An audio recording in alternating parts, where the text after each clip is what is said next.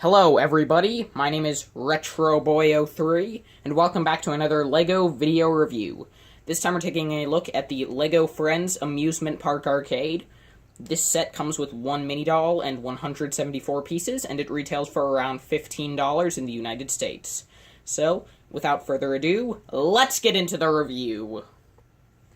So, here we have Mia, who is the mini doll included in this set, and as we can see, she is pretty nice. Like, this is actually the only LEGO mini doll I own, but honestly, I mind this figure a lot less than I thought I would dislike mini dolls. Like, I still do definitely prefer minifigures, but this isn't that terrible, to be honest. As you can see, it's definitely more realistically proportioned. And first I'm just going to tell you how it looks before I tell you the problems with the articulation of the figure. So first off, if I just spin Mia around, you can see that she has prints for sandals, and while those look pretty good, you may notice that these are just the pieces that they would normally use for shoes. So she doesn't, so her feet just look like shoes. So that's a bit awkward. But anyway, as you can see, her accessory is this ticket piece, which I'll show you up more closely later in the review. She has a nice kiwi print on her top, as well as a nice light blue skirt. Mini dolls don't have second faces, and Mia has this dark red ponytail piece, which is a completely rubber element. This is what her face looks like, and okay, now to tell you some of my issues, as well as some of the things I like on mini dolls. I really dislike that I'm pretty sure every mini doll that has a new hairpiece for the Friends line, I'm pretty sure that they're all rubber, which I really am not a huge fan of. I really wish that there would be more plastic hairpieces, because in general, I hate rubber LEGO hairpieces. Which is, like, for example, why I'm so glad that in the Ninjago movie sets that I believe are appearing right around now. They come out officially on August 1st, but anyway, those characters have some really crazy hair designs. But they're all molded in plastic, so I don't see why a normal ponytail has to be made of rubber. Anyway, the eye detailing. At first, I thought, when I first saw mini dolls back in 2012, I thought that the more realistic faces were really weird. But honestly, I don't mind it that much. I don't even mind that there's a nose, although that does cause the problem where, again, you can't have a double-sided face on a mini doll, because, well, I'll just turn the head around. First off, you can see that from the side, it's definitely uneven. So this is what the back of a mini doll head looks like, and you can put the hairpiece on, but it doesn't want to fit that much because of the nose. But anyway, the arms can swing like a minifigs, and they do still have minifig-style hands, though they can't be removed. But then the legs, they don't bend independently, and they also can't bend back. You just move the mini doll forwards. So you can have them sitting, but you can't have them, like, walking, or running, or really anything besides standing or sitting. So that's kind of also a problem. But I'm just judging this as a mini doll? Yeah, it's pretty neat. Okay, now on to the build, which is really the whole reason why I got this set to begin with. So here we have the build of this set, the Amusement Park Arcade, and instead of looking at it all at once, I'm going to show you it piece by piece. So let's start with the basketball shootings. So here we have the first of the three major segments of the arcade, which is this section for shooting hoops.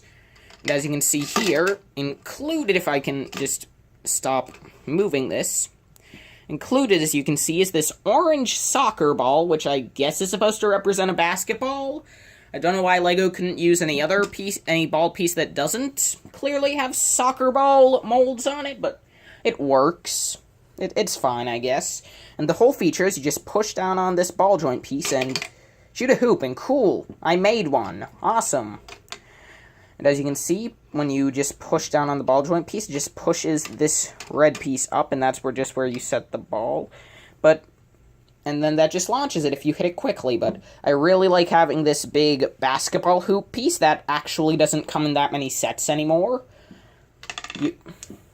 I'm just going to not put that back because it's kind of a hassle, but as you can see, you have some nice pink highlights here, you have some nice lights all over, and you have this nice stickered sign of a basketball that's going so fast that it's on fire.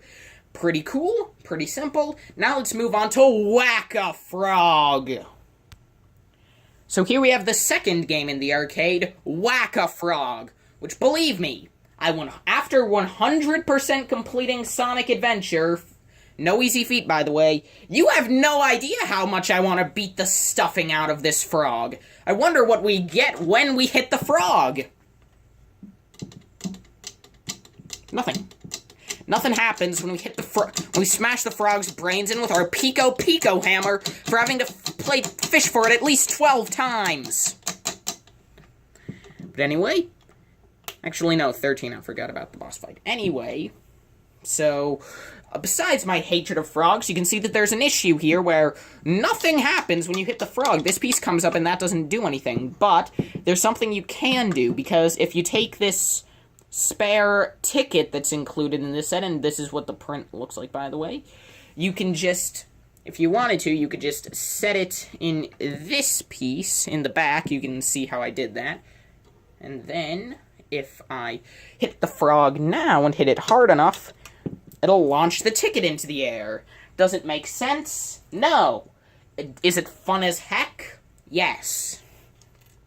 Anyway, just looking at the rest of this, you can see that you have a pretty simple build for the hammer, although it is in scale with the mini doll. And then on the front, you have this nice print. I mean, not a print, a sticker for this frog game, which is, well, what we're playing here. And again, annoying how in the normal way the set tells you to build it, there's there's no satisfaction from hitting the frog. So, you just put the extra ticket in there and whammy! So, last but not least, here we have the shooting gallery, and you can see that included is a box with a few extra water studs, because the goal here is quite simple.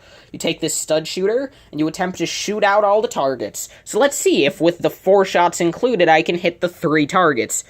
First one's simple. Okay, so that's shot number 1. You can just draw from the box here, of course. That's why they did it, although I'll just use the same stud 4 times to make it easier. Okay, shot number 2. I think that the goal with these ones is more to, like, kind of lessen the shot of it, so the stud shooter shoots off with less ferocity. Oh, cool, 2 and 1. I deserve bonus points, or at least an A rank. So anyway, yeah, so that is the shooting gallery, and that's the play feature. And this is, again, the last section, but there's still some pretty nice detailing here. As you can see, each of the targets has a nice sticker on it. You have a nice sticker for some splashed water up on this sloped piece.